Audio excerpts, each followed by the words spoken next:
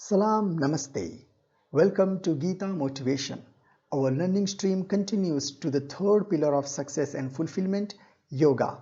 I'm not talking about meditation. Meditation is only a small part of a deep and a broad concept in Gita philosophy. Yoga literally means unite or connect, connecting with our true self, connecting with universal spirit, connecting with the supreme creator. How do we do that? Sri Krishna Paramatma breaks this down into three parts. Number one, skill in performance is yoga. Number two, maintaining equal-mindedness, whether our work yields expected result or not. This is also called equanimity. Number three, connecting with the Supreme Creator. Let's talk about number one, skill in performance. Having total focus on improving ourselves every single day of our life, doing better, being best at what we do in all dimensions of our life. Being a good parent, being a good child, being a good spouse, being a good colleague, being a good friend, being a good businessman, being a good boss, being good at everything which we do, striving to be best. That's called yoga. This may sound overwhelming if you look at these roles separately, but there are only few fundamental principles we need to learn and master. These principles help us improve ourselves and do better in all dimensions of our life. We have learned two of these principles.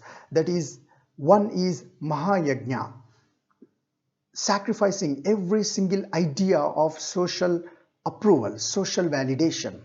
And number two, the concept of sannyasa, using results only as a guiding tools and not as a measurement of our self-worth. Further, not getting emotionally attached to results.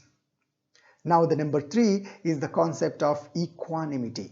Maintaining equal-mindedness in all situations of our life, in success and failure, in pain and pleasure, in ease and in difficulty. This is called equanimity. It is a very powerful ideology taught by Sri Krishna Paramatma. This connects us with our true selves and also helps us displaying our true authenticity. We experience wide range of emotions in response to various incidents in our life. For example, happy and sad, courage and fear, pride and shame, love and hate, boredom and excitement, etc., etc. These emotions often cloud our judgment and reasoning abilities, but we cannot avoid them. We cannot ignore them, and we must not. They are natural. They are very important for our survival. We must have complete awareness on these emotions. They tell us what is wrong in our life, what is right in our life. They tell us possible threats. They create complete situational awareness in us. For example, fear tells us to slow down, be prepared, and tread cautiously, whereas courage tells us to move forward without overthinking. The balance between these two is equanimity. Love tells us to forgive. Hate tells us to let go. Stress tells us there is something wrong in life and we need to fix something in life. I could keep on going like this. The important point is emotions are important and we must have complete awareness on our feelings and emotions, why we are feeling certain emotion and what situation causing that particular emotion. Equanimity is maintaining that equal-mindedness, treating every situation of our life, treating every up and down in our life equally, treating success and failure equally. Is it even possible, you might ask? Yes, of course. Of course, we actually feel them differently. We definitely feel success different to failure. We feel pleasure different to pain. We experience them differently, but we must treat them equally in the sense we must treat them as an indicators and controllers of our life. We must learn from failure and move forward. We must learn from success and move forward. Life is dynamic. It is progressive. It doesn't stop for anyone. Equanimity, the challenging part here is the emotions we experience in those situations. They have deep influence on our mind and on our thoughts and actions. Equanimity is an art of separating these emotions from our thoughts and actions. For example, when we are stressed, we feel range of emotions like sad, frustration, and anger, etc. And they influence us to think and act negatively. And we make some regretful decisions under their influence. What if you separate these emotion from the thoughts and actions? Separate the emotion from your thinking process. That's when you begin to look at the problem objectively. Now you know that why you are feeling certain emotion, what you are experiencing inside, and what is the situation that is causing this emotion, and you are also aware that your thoughts and actions are not influenced by those emotions. This is very powerful. This is fundamental to become successful in our life. Remember, we make wrong decisions when we act under the influence of emotions. So do not make emotions your fuel for thoughts and actions. Instead, make your principles and ideals your fuel for thoughts and actions. Because when you make decisions based on principles and ideals you have in life, you always make wise decisions.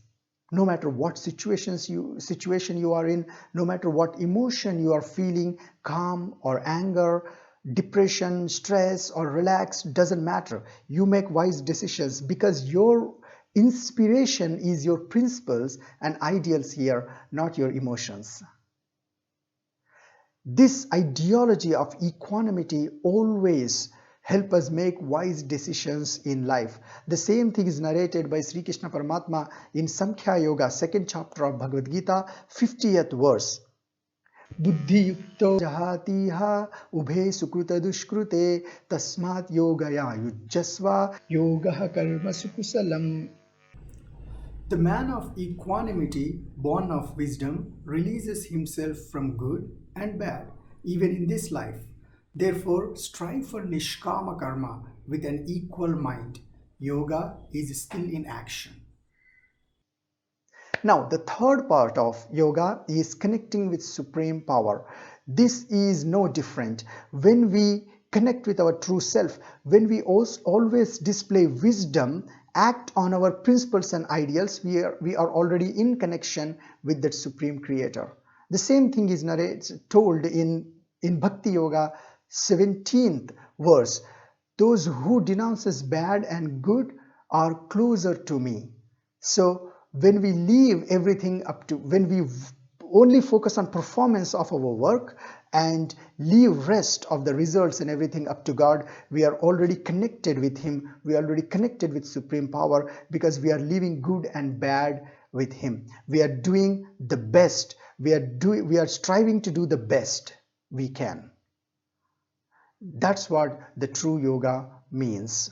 The ritual which we do every morning is only a reminder.